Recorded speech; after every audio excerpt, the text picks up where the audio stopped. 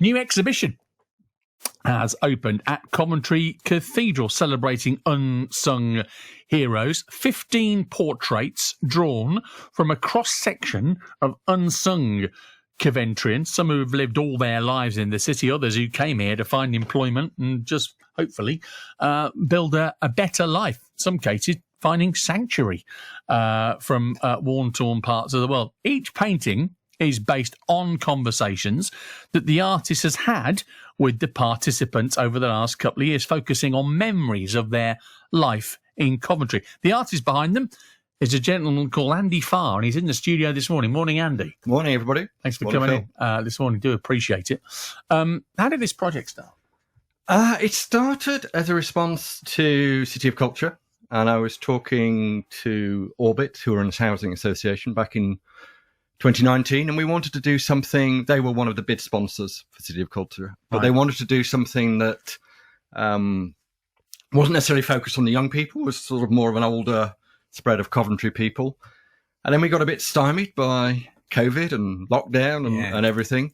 But they came back to me towards the end of 2020 and said, well, actually, if we went to some of the people who live in our independent living schemes and we use the scheme managers, we can engineer some of these conversations. It'll be a bit remote, hands off, but that's how we started. At least you'll meet people, you'll get to hear the stories, and from there, I guess the inspiration come. I mean, I don't know. Just give me an idea. Tell me a couple of stories that might have inspired you, that certainly triggered your interest. Yeah, the story, you never know what you're going to get. So, I mean, one woman, I was talking to her, and it turned out she was sheltering in the basement of the Golden Cup on Far Gosford Street the night the cathedral was bombed. Wow. So, I mean, she was celebrating her 90th birthday during lockdown. So that was the inspiration for that painting. What a story. Yeah, I know, incredible. I mean, she was only a child, but and I think it was only just down the road that it was being bombed. All right. There was another lady who I was talking to, and it turned out that she was one of 3 generations of nurses. Her mother was a nurse, she'd been a nurse, and then her 2 daughters were also nurses. So again, and then she had pictures of her mother and pictures of her kids. So I did a picture which was like the 3 generations in one painting. Amazing. There was another guy who had been an amateur boxer in the 70s. Really lovely guy, but back in the 70s, I'm not sure you'd have wanted to mess with him too much. Right, okay. But yeah, he now writes poetry. So you get really interesting stuff. And really then, divergent sort of storyline. Yeah. So how many in total? I say there are 15, am I right in saying? Yeah, there are 15. 12 were done as part of City of Culture, and then I've done 3 more since then. Okay. One was a guy called Peter, who was actually at the consecration of the cathedral back in 1962 as a 6-year-old. Gosh. And then had a career in the BBC, but in the engineering, sort of behind the scenes. He was involved in things like CFAX and subtitling. He's now done work with them on streaming of the broadcasts during COVID. Okay. And then the most recent one is a Ukrainian refugee called Polina, who I only met 4 or 5 weeks ago.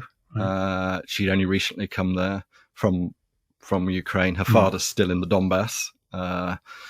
And that was really sad, but at the same time, I felt it was quite important to include her story. Well, I mean, you've heard there from, a 90-year-old woman who was in Coventry on the night of the Blitz, right up to present day conflict there, haven't you? And absolutely.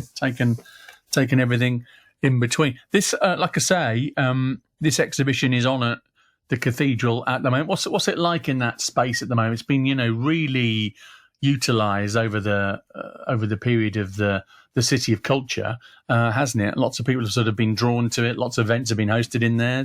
Still a sort of a buzz and energy about it. Yeah, I mean, it opened yesterday. I was in there for most of the day. There were lots of people coming in. We're actually in the what's called Chapel of the Christ the Servant, or used to be called Chapel of Industry. It's a big circular glass-sided room, so it's a bit of a challenge hanging. It's a great room. It's a great room, beautiful light in there, and the light moves around all day. But what struck me was how many people came in who said, I wouldn't normally go to an art exhibition, but I really get these, and they really made a connection with the paintings, and then through the paintings to the stories, and then back to individuals, and that's really what I was trying to do, was to get people to connect to the fact that all these people you pass in the street, they all have a story to tell, and they're all different. They're all individuals, and you can just pop in. You can just go in, see these for yourself? Yeah, Enjoy it's an all hour free. off your lunch hour or something? Yeah, absolutely. There's a booklet in there, which I know I'm holding it up on the radio. But Hand it over. Let's have a look at it. There's a booklet in there which has got the background to all of the paintings, a little bit of each person's story. Right. I'll be there some of the time. I can't be there the whole of August. But I'm just reading your notes here. You graduated yourself from Coventry University with a Masters in painting. Yes, yeah. I started life in a completely different career in marketing and advertising and stuff, and then 2010, I changed direction completely and became a full-time artist. Wow! So it's a great booklet. You can pick this up as well, can you? Yeah, Cathedral, fantastic. That was sponsored by Orbit. Right. Get there, David. Got to be doing that. And when's this run until, Andy? It runs until the 30th of August. We have an event on the 30th when the 15 participants are all going to, gathered. Hopefully all of them come, Yeah. and they get to keep their painting. Oh, that's a lovely way of ending it, isn't it? That's great. That's a really great idea. Wish you the best of luck with it. Thanks for coming in this morning, telling us all about it. Artist Andy Farr behind this exhibition of portraits in Coventry Cathedral, and it's there for you. Go along, visit it yourself. Let us know what you think.